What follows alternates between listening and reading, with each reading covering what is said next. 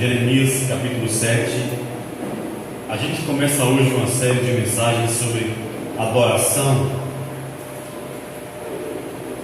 Nas semanas que se seguem nós teremos alguns irmãos também aqui ministrando a palavra de Deus.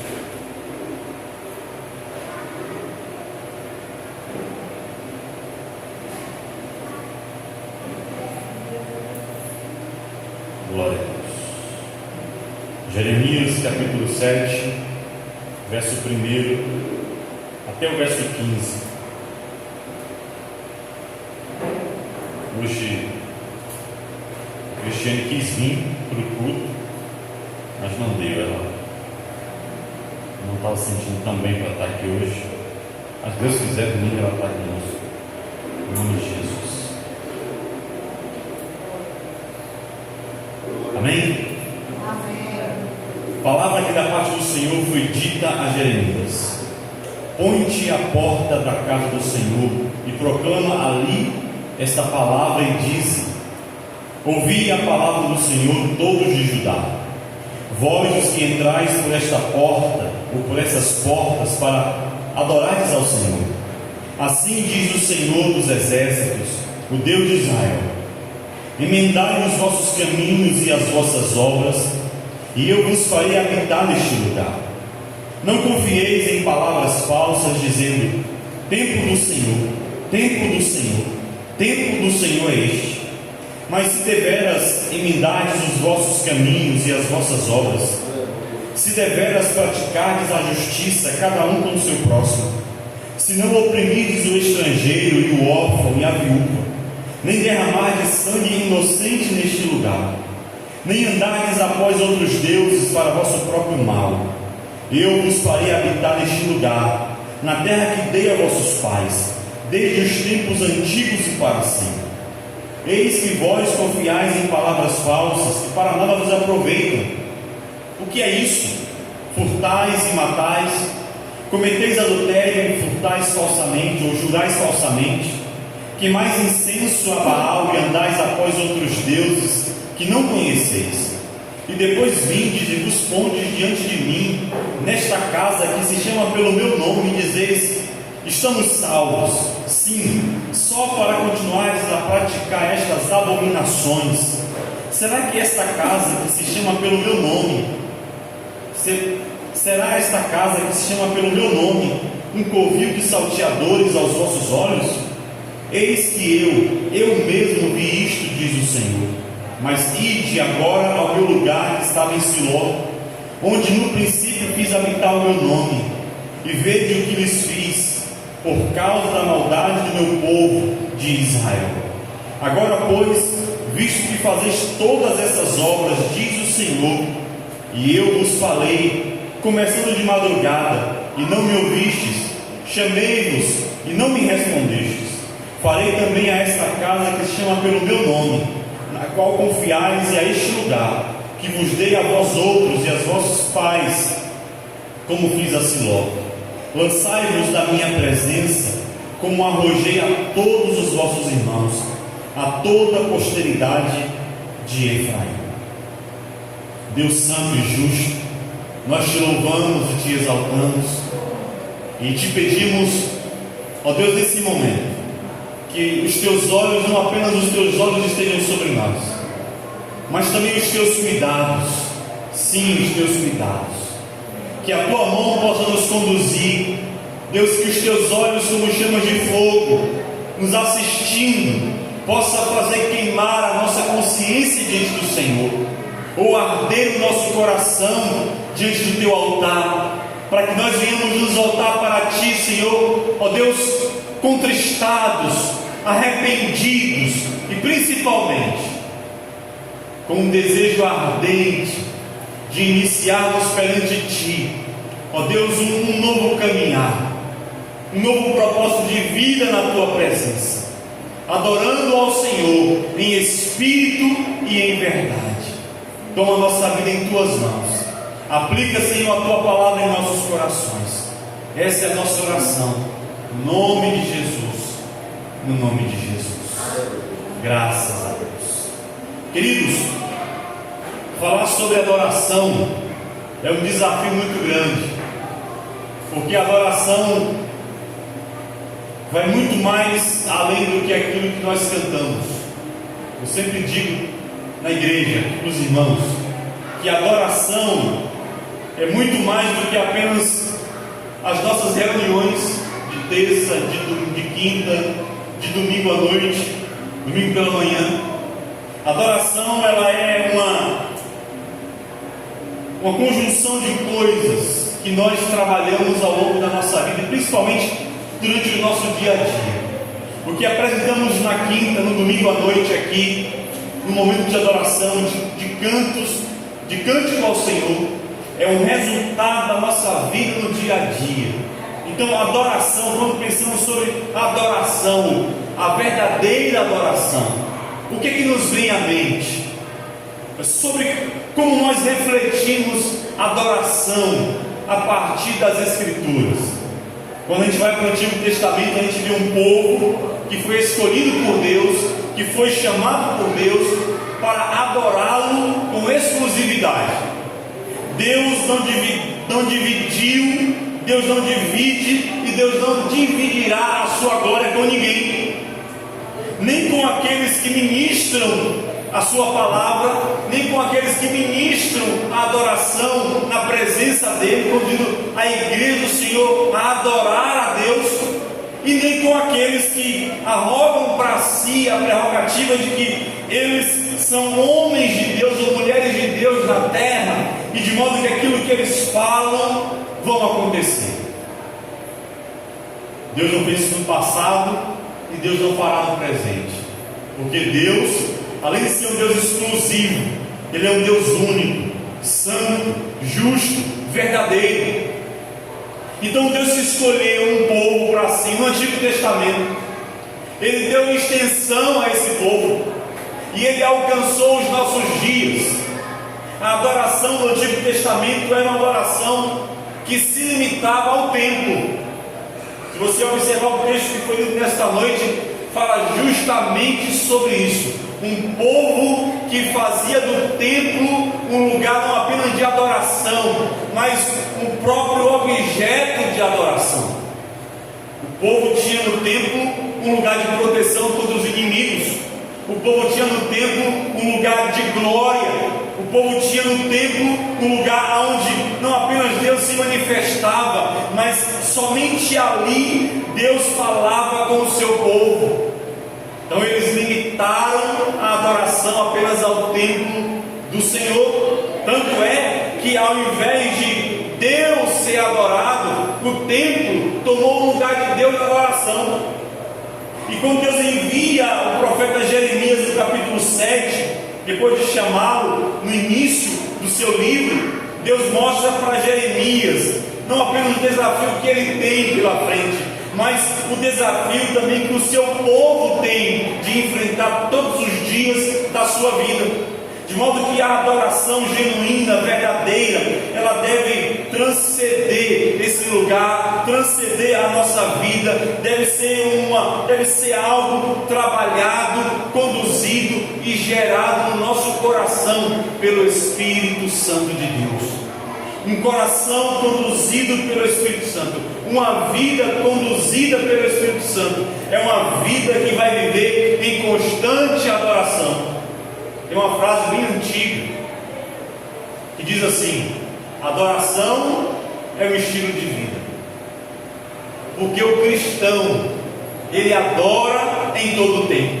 O cristão, ele adora em toda e qualquer circunstância, em tempos bons e em tempos ruins, em dias de celebração e em dias de dificuldade, em dias tenebrosos. Mesmo quando ele está passando pelo vale da sombra da morte, ele ainda consegue adorar a Deus, porque a presença do Senhor na sua vida é o que faz com que ele possa adorar esse Deus santo e verdadeiro.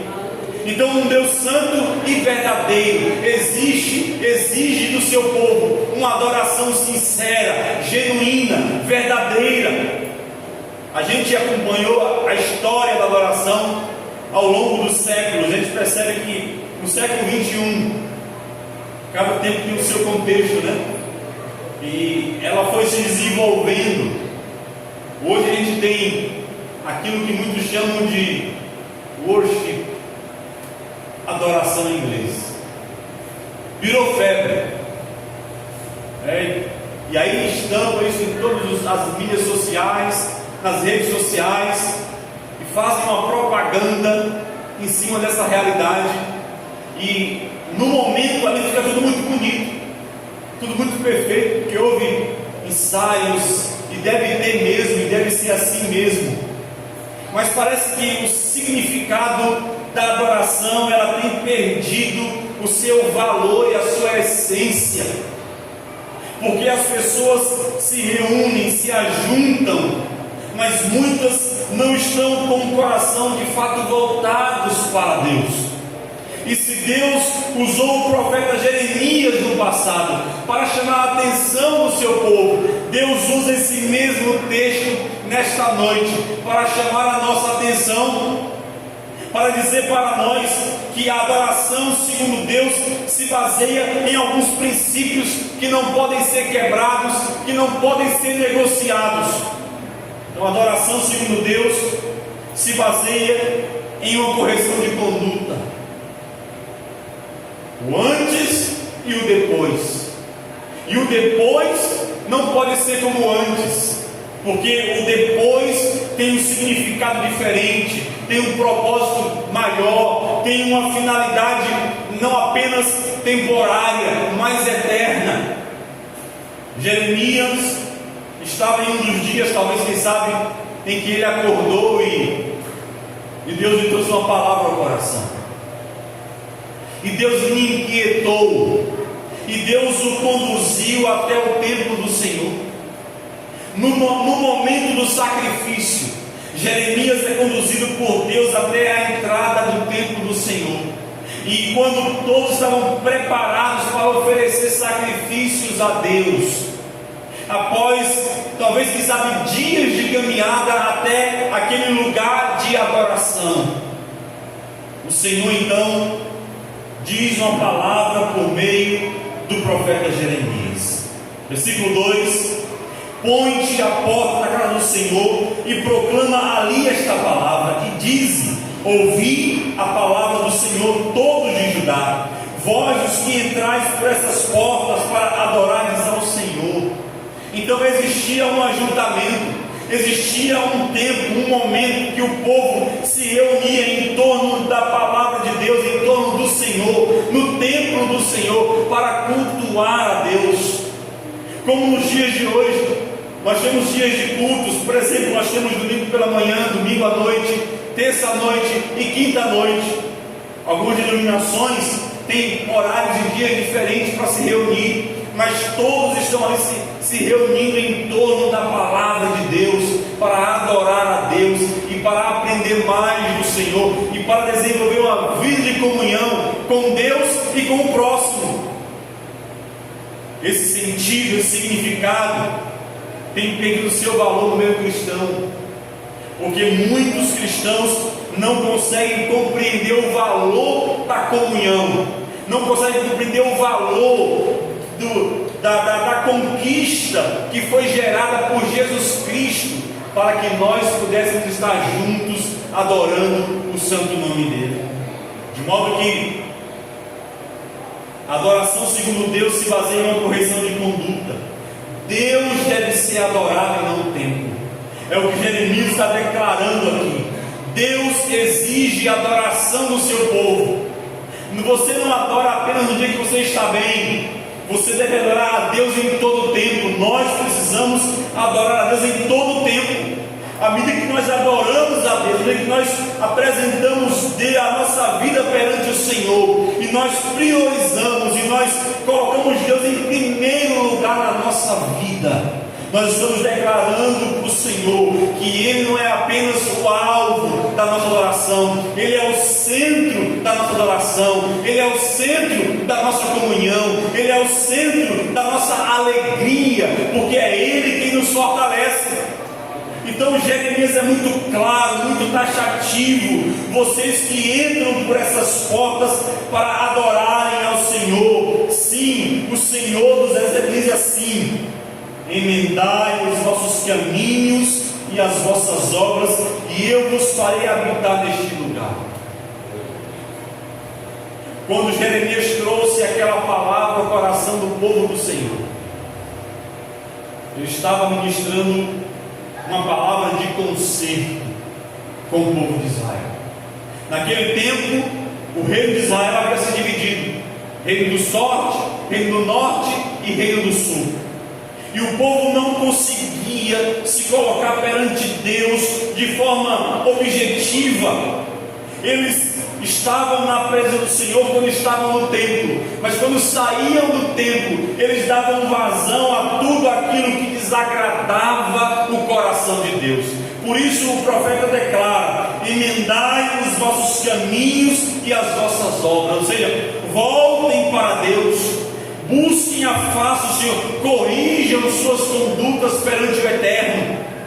Quando nós corrigimos a nossa conduta perante Deus, a nossa adoração passa a ter um significado eterno. O nosso simples cantar a Deus, o nosso simples nos prostrar diante dele, se torna algo prazeroso. Não é algo pesado, não é algo como se fosse uma obrigação, porque nós sabemos a quem adoramos e as razões pelas quais o adoramos. Então a nossa conduta, o povo oprimia o estrangeiro, oprimia o órfão, oprimia as viúvas. Havia um desvio da verdadeira adoração. Se você observar aí nos versos 4 em diante: não confieis em palavras falsas, dizendo: tempo do Senhor, tempo do Senhor, tempo do Senhor é este.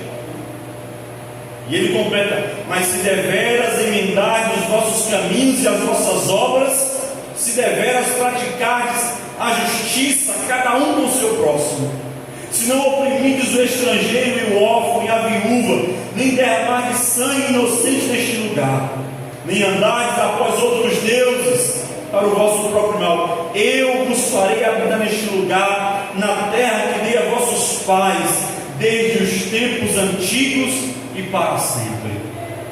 Meus irmãos, o que o texto está querendo dizer é que o que nós somos no templo não deve ser diferente do que nós somos fora do templo. A nossa prática de vida, no nosso cotidiano, no nosso dia a dia, nos nossos negócios, em família, entre amigos, no meio da sociedade, deve ser um ato de adoração. O nosso trabalho, as nossas tarefas diárias no lar, no ambiente de trabalho, aonde nós andamos, com quem nós convivemos, deve ser um ato de adoração. A nossa vida conjugal deve ser um ato de adoração. A criação dos filhos deve ser um ato de adoração diante do Senhor. A vida em família ou a vida em trabalho, em comunidade, perante a sociedade, deve ser um ato de adoração diante do Senhor. Nós precisamos testemunhar não quem somos, mas quem Deus é na nossa vida. Amém? Que nós apresentamos Deus às pessoas com fidelidade, com um significado íntimo de comunhão entre nós e Ele. É natural que as pessoas comecem a reparar em nós quem somos diante dele e perante a sociedade. Então essa adoração, segundo Deus, deve transformar a minha vida. Não é a minha vida que transforma a adoração, é a adoração a Deus que transforma a minha vida, que molda o meu pensar, que molda a minha vontade, que molda o meu querer. O termo adoração não se limita apenas a canções apresentadas a Deus, porque na adoração apenas Deus e unicamente Ele deve ser adorado. Apenas Deus e unicamente Ele deve ser adorado. Dentro dessa realidade, nós temos no século 21, nos nossos dias, movimentos de adoração, como eu disse agora há pouco, aonde as canções são feitas para o homem, aonde as canções são estabelecidas para aquilo que é a necessidade humana do momento. do homem do momento. Então nós vamos trabalhar em cima disso, para construir canções que incluam o nome de Deus, mas possam trazer ao coração dessas pessoas uma paz que elas precisam. Quando esse tipo de adoração é apresentada diante do Senhor, Deus é colocado de lado e o homem se torna o centro das nossas vidas. Então veja bem, a missão da igreja foi a missão que Deus deu à igreja. Deus colocou a igreja na terra para ser uma agência de salvação de vidas, para ser um lugar de preparação de homens e mulheres fiéis à sua palavra, fiéis a Deus, para que sejam preparados, nutridos, fortalecidos, sendo conduzidos a uma vida de comunhão com o Senhor, para que eles possam viver na presença de Deus, dando testemunho diário de quem Deus é e não de quem eles são. Então, quando as canções são feitas para o homem, Deus deixa de ser o centro da adoração, Deus deixa de ser o centro das nossas vidas, e tudo aquilo que é proferido pelos nossos lábios perde o seu significado diante do Senhor. Por isso Deus é muito claro: não adianta cantar e oprimir o estrangeiro, não adianta adorar a Deus no templo dele e oprimir o órfão, a viúva, não tratá-los com dignidade, porque isso é um desvio da verdadeira adoração. Versículo 6, a parte B: nem andardes após outros deuses para o vosso próprio mal. Deus está dizendo que quando nós o adoramos, não adoramos verdadeiramente, nós adoramos alguma coisa que não seja Ele. E no caso aqui, o povo de Israel estava andando após outros deuses, estava seguindo outros deuses, estava se colocando perante outros deuses falsos, porque aquilo que eles ouviam os conduzia àquela direção e àquela realidade.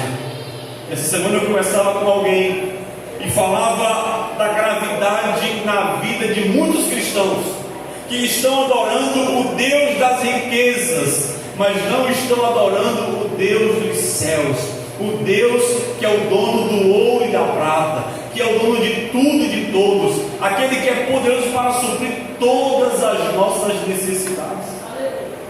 Então existem muitos cristãos do século 21 que entram nos templos cristãos, mas não adoram verdadeiramente ao Senhor, o Deus que criou os céus e a terra, não se prostram diante do Senhor Jesus Cristo e não estão ouvindo verdadeiramente o Espírito Santo de Deus falando a vida da igreja.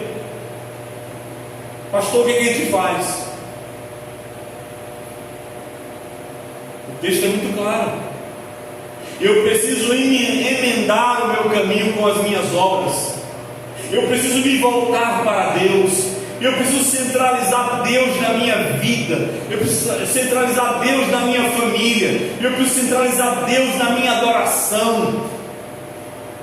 Foi terça-feira, se eu não me engano, que nós falávamos sobre o andar com Deus. Crentes, e aí eu vi um vídeo ontem interessante demais. Crentes que se colocam à disposição do mundo, mas não estão dispostos em tocar para Deus, não estão dispostos em expressar a sua gratidão a Deus com o talento que receberam. Profanam o nome do Senhor, e ai de quem dizer alguma coisa contrária a isso. É a nossa geração, meus amados. É aqueles que cantam para o mundo, mas não têm a coragem e não têm vida com Deus para cantar para Deus, para adorar o santo nome dEle.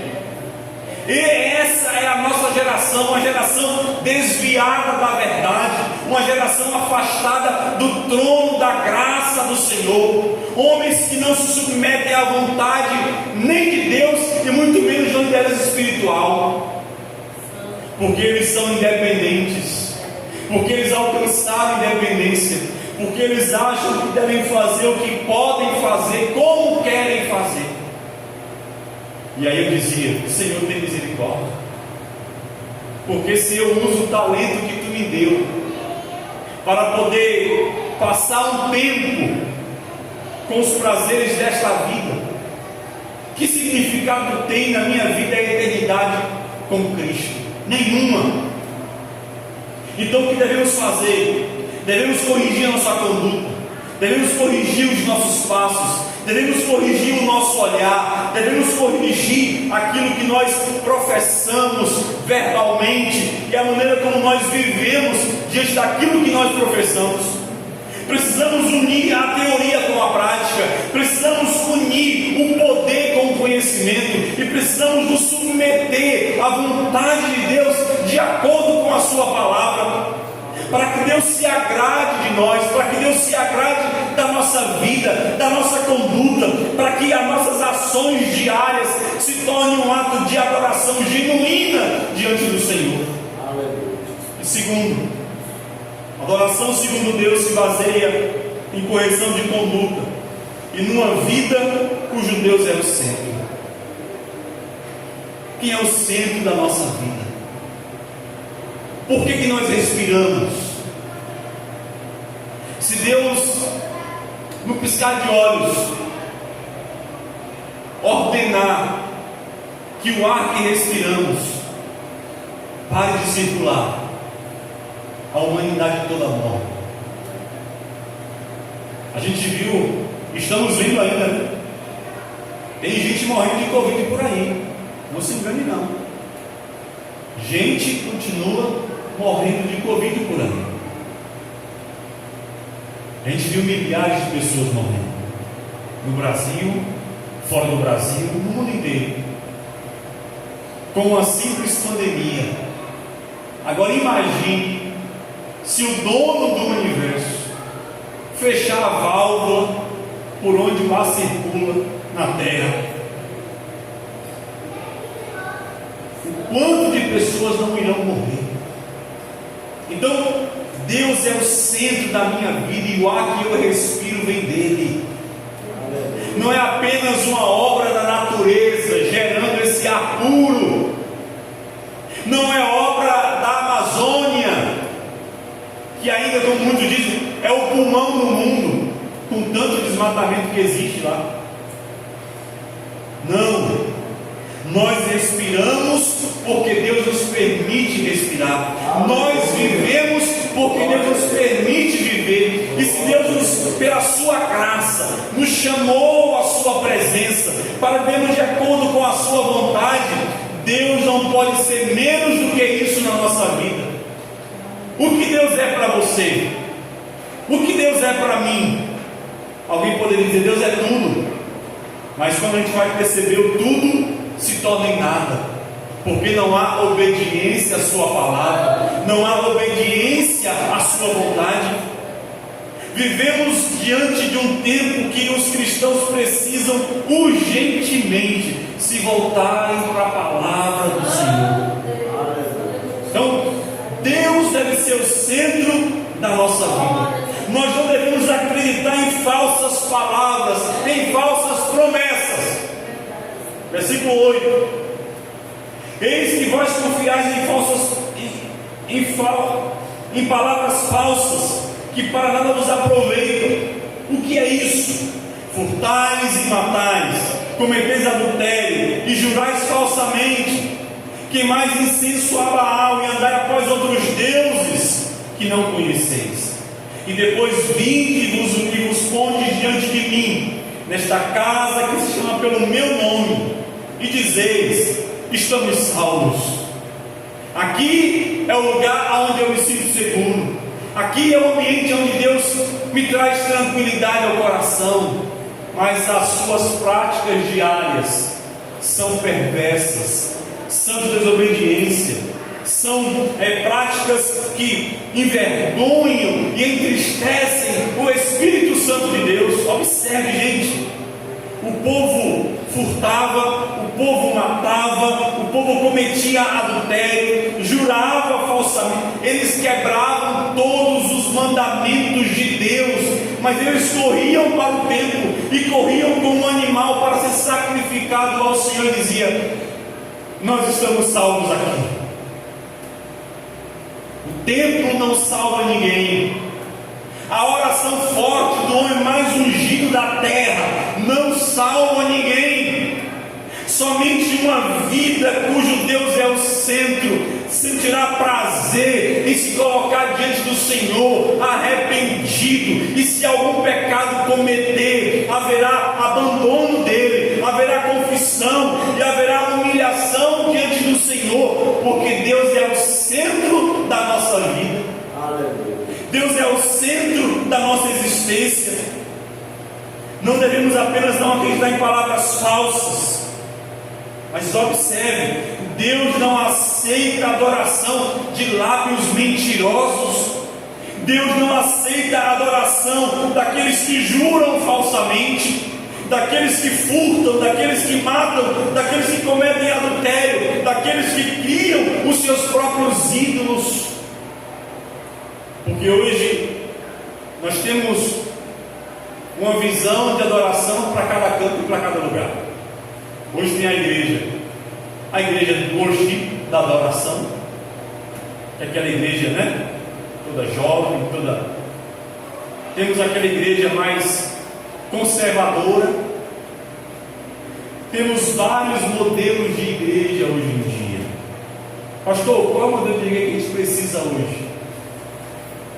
Igrejas bíblicas. Igrejas que queiram viver de acordo com os ensinamentos dos apóstolos. Igreja que desejem ter uma vida de oração diária. Mas pastor, a gente trabalha o tempo todo. Nós não podemos ir no templo todos os dias. Não é disso que eu estou falando. Eu estou falando da nossa vida de oração no nosso lar, no nosso lugar secreto, seja na nossa casa, no nosso quarto, ou debaixo de um pé de pau, em cima de uma serra, no monte ou em um vale. Atos 2:42 diz que o povo de Deus, os discípulos do Senhor, eles estavam dispostos a desenvolver uma vida a partir do ensino dos apóstolos, porque eles viviam na comunhão, na oração, eles compartilhavam o pão, a comunhão deles estava em torno de Jesus Cristo, aquele que havia morrido e ressuscitado ao terceiro dia. Boa parte das pessoas hoje constrói a sua história e a sua vida em torno de um líder espiritual. E ai de quem falar mal daquele líder, ai de quem dizer alguma coisa contra aquele líder ou contra os pecados que ele comete. Nós precisamos fazer de Deus o centro da nossa vida, para que a nossa adoração seja uma adoração que flua de lábios puros, de lábios transformados, porque o que sai dos lábios deve ser nutrido no íntimo do nosso ser. Uma adoração sincera, genuína, ela traz o coração de Deus até nós, ela atrai a presença do Senhor, ela traz a manifestação do mover de Deus. Uma adoração genuína e verdadeira não fica apenas no movimento gospel, pelo contrário, ela remove toda a máscara religiosa e nos coloca face a face com Deus, aquele que conhece a nossa vida. Você pode estar aqui adorando a Deus, mas no seu interior a sua alma pode estar arrebentada pela luta, pela dificuldade, mas você está adorando, você está confiando, você não colocou outra coisa no lugar de Deus. Deus é o centro da tua vida e no momento certo Deus operará um milagre, Deus trará uma resposta e Deus fará aquilo que Ele pode fazer sobre a sua vida. Porque o que nós precisamos é fazer de Deus o centro da nossa vida. Deus não compactua com o pecado, Ele é santo. Versículo 11: será esta casa que se chama pelo meu nome um covil de salteadores aos nossos olhos? Eis que eu mesmo vi isto, diz o Senhor. A expressão santidade está envolvida nessas palavras. O Deus que é santo, extremamente santo, escolheu um povo para santificá-lo. E esse povo santificado por Deus, separado para Deus, deve compreender que o tempo não salva, que o tempo não protege ninguém, e que o templo não é um lugar de salteadores. O templo é um lugar de oração para todos os povos. Quando Jesus chega em Jerusalém e ele vai ao templo do Senhor, e ele vê ali os cambistas, os negociantes ali no templo do Senhor, fazendo do templo de Deus um lugar de salteadores, de ladrões, negociando no templo do Senhor, negociando as bênçãos do Senhor, tendo ali uma pomba para vender, tendo ali um cordeiro para vender, para ser sacrificado ao Senhor. E muitos iam nesse embalo, porque era mais fácil você comprar um animal já na porta do templo, do que você comprar um animal e criá-lo para o fim do sacrifício. Era mais fácil comprar pronto, porque as pessoas gostam das coisas de imediata. Eles querem orar e querem ver as coisas acontecerem. Eles querem pedir e querem que Deus os obedeça. Deus está dizendo: a minha casa não é lugar de salteadores, a minha casa é lugar de adoração, a minha casa é lugar de comunhão, a minha casa é lugar de oração a todos os povos. E o que foi que Jesus fez? Ele fez um chicote, e ele deu naquela turma, e ele quebrou todas as bancas que existiam, revirou as mesas e colocou os negociantes para correr da casa do Senhor, porque a casa de Deus é lugar de adoração, é lugar onde a minha vida, a nossa vida é chamada, é conduzida a olhar para Deus e temê-lo. Não pense que Deus mudou. Talvez Deus não faça nenhum chicote hoje e desça até a terra para dar nessa turma que explora a fé das pessoas. Mas pode ter certeza, no dia do juízo, o chicote vai comer, o couro vai comer, porque muito pior para aqueles que acreditarem em falsas promessas, em falsas palavras, será para aqueles que ensinaram falsas palavras e fizeram falsas promessas, que Deus faria o que Deus não prometeu. Ontem eu conversava com uma pessoa aqui na cidade, estava no novo ponto lá, e tinha uma pessoa ali comigo conversando, e ele falando que ele vai na igreja, que ele gosta muito e tal, e eu tentando explicar para ele o significado de irmos ao templo, de podermos estar naquele lugar, qual a razão disso.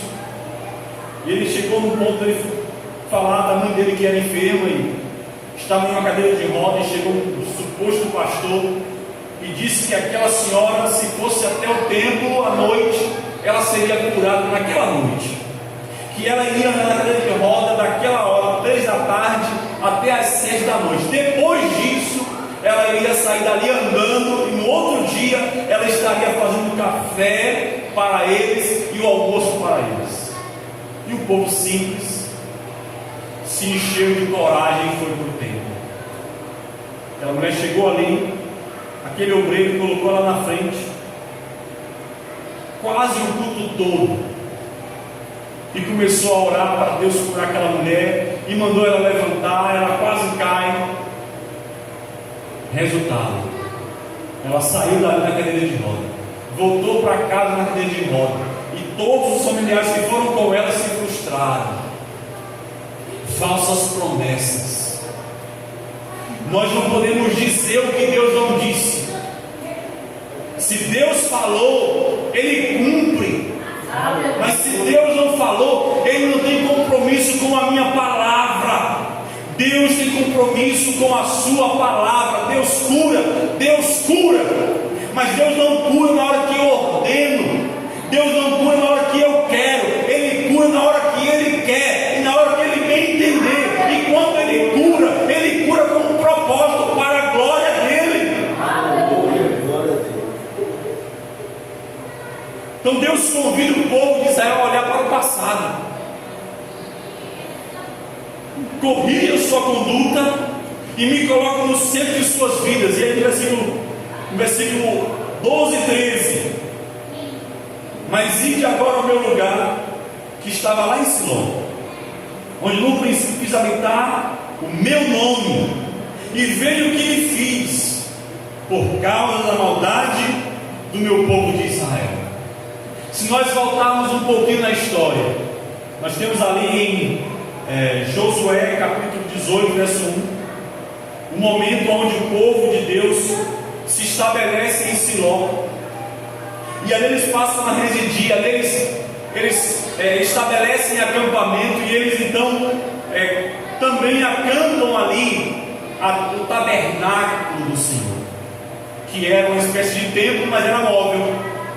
Quando eles acampavam, eles levantavam o tabernáculo. Quando eles levantavam o acampamento e continuavam a caminhada até a terra prometida, eles desfaziam tudo, guardavam tudo e levavam com eles aquele tabernáculo, aquela grande barraca. E ali o povo ficou por muito tempo, e Deus fez coisas extraordinárias no meio do seu povo. Mas houve um dia em que Deus destruiu aquele lugar.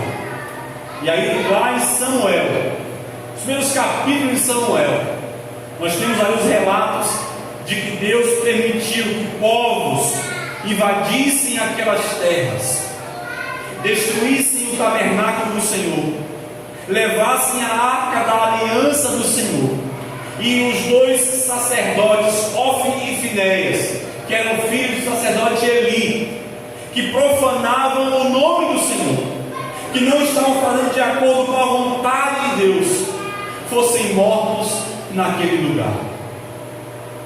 E aí Deus está dizendo: voltem a esse passado, analisem o que eu fiz lá, porque se eu fiz aquilo no tempo passado, eu posso fazer hoje também. Se eu destruí aquele lugar de adoração e trouxe vergonha sobre aqueles que envergonharam o meu nome e não se humilharam perante mim, eu posso fazer isso hoje também. Siló se tornou um exemplo. É interessante porque quando a notícia da morte dos filhos de Eli chegou até ele, e quando eles souberam que a arca havia sido roubada, levada com os inimigos de Israel, porque a arca simbolizava a presença de Deus, Eli morreu, e a mulher de Ofni, que estava grávida, próxima a dar à luz, teve dores de parto, e aquela criança nasceu naquele exato momento, e ela deu o nome àquele menino, Icabod, ou Icabod, que significa foi-se a glória de Deus. Meus irmãos, o que Deus quer para a nossa vida, o que Deus quer para a sua igreja, é uma restauração da adoração na nossa vida, a começar por cada um de nós. Deus não quer estabelecer apenas um vínculo, Deus quer restaurar a sua aliança, Deus quer estabelecer e restaurar o tabernáculo caído, Deus quer restaurar o altar que foi desfigurado, Deus quer trazer aqueles que cantam para o mundo, para cantar para Ele e somente para Ele. Não, com Deus não tem meio termo. Ou eu sou de Deus, ou eu não sou de Deus. Ou eu sigo a Deus, ou eu sigo a mim mesmo. Ou eu sigo ao diabo. Ou eu ando com Deus, ou eu ando com qualquer outra coisa menos Deus. Então Deus convida o povo de Israel para olhar para o passado, porque Deus não quer que eles vivam a vergonha que o povo do passado viveram. Deus quer que eles experimentem uma glória transformadora. Deus quer que a falsa adoração dê lugar a uma adoração genuína, verdadeira, produtiva, significativa, que não fique apenas naquele ambiente de culto, mas possa transcender aquele lugar e chegar até as narinas de Deus com um cheiro suave perante o Senhor, como um ato de adoração para ser recebido. O povo do passado sofreu as consequências de uma falsa adoração. Eles foram desonrados e eles foram afastados da presença do Senhor. Quando Deus permitiu que os inimigos de Israel levassem a arca da aliança, Deus estava removendo a presença do seu povo, a sua presença. E isso é muito triste, porque o povo viveu um período de vergonha, até que Deus restaurou a sua adoração por meio de Samuel, o seu servo, a quem ele havia escolhido para aquela finalidade. Versículo 15: lançar-vos-ei da minha presença, como arrojei a todos os vossos irmãos, a toda a posteridade de Efraim. Jeremias, ele pregou em um contexto muito difícil, muito difícil. As pessoas não apenas adoravam os falsos deuses, elas rejeitavam a palavra do Senhor. Jeremias falava, entrava aqui e saía por aqui. Foi o que aconteceu? O povo foi levado para o cativeiro e ficou ali por 70 anos, sofrendo humilhação e padecendo, porque não ouviram a voz do Senhor. As igrejas do Novo Testamento, as 7 igrejas do Apocalipse, hoje não tem nem mais os escombros dela, porque elas não ouviram o que o Espírito Santo estava falando à sua geração. E nós estamos ouvindo o que o Espírito Santo está falando ao nosso coração, aos nossos ouvidos? Estamos dispostos de fato a abrir mão da nossa própria vontade, do nosso eu, renunciando a nós mesmos, assumindo a nossa cruz, tomando a nossa cruz diariamente e seguindo a Jesus Cristo? Se essa é a nossa decisão, vamos nos colocar de pé, vamos falar com Deus, porque na presença de Deus tudo fica claro e tudo se estabelece. Adoração segundo Deus se baseia em correção de conduta e em uma vida cujo Deus é o centro. Que Deus continue sendo o centro da vida dessa igreja, que Deus continue sendo o centro da nossa adoração, e que Deus se agrade de nós, em nome de Jesus. Coloque sua mão sobre o seu coração. Pai santo e justo, nós te louvamos agora e para sempre, e te bendizemos sobre todas as coisas, porque nós temos experimentado a cada dia a tua misericórdia. Se não fosse a tua misericórdia, nós já teríamos sido consumidos pelo furor da tua ira. Mas nós te louvamos, porque apesar de tudo, o Senhor tem sido fiel para com cada um de nós. E a minha oração nesta noite, ó Deus, é sobre essa igreja. Sim, Igreja Presbiteriana Renovada em Ibatã. Que nós possamos restaurar o lugar da adoração na tua presença, não apenas no templo do Senhor, mas no nosso lugar secreto contigo.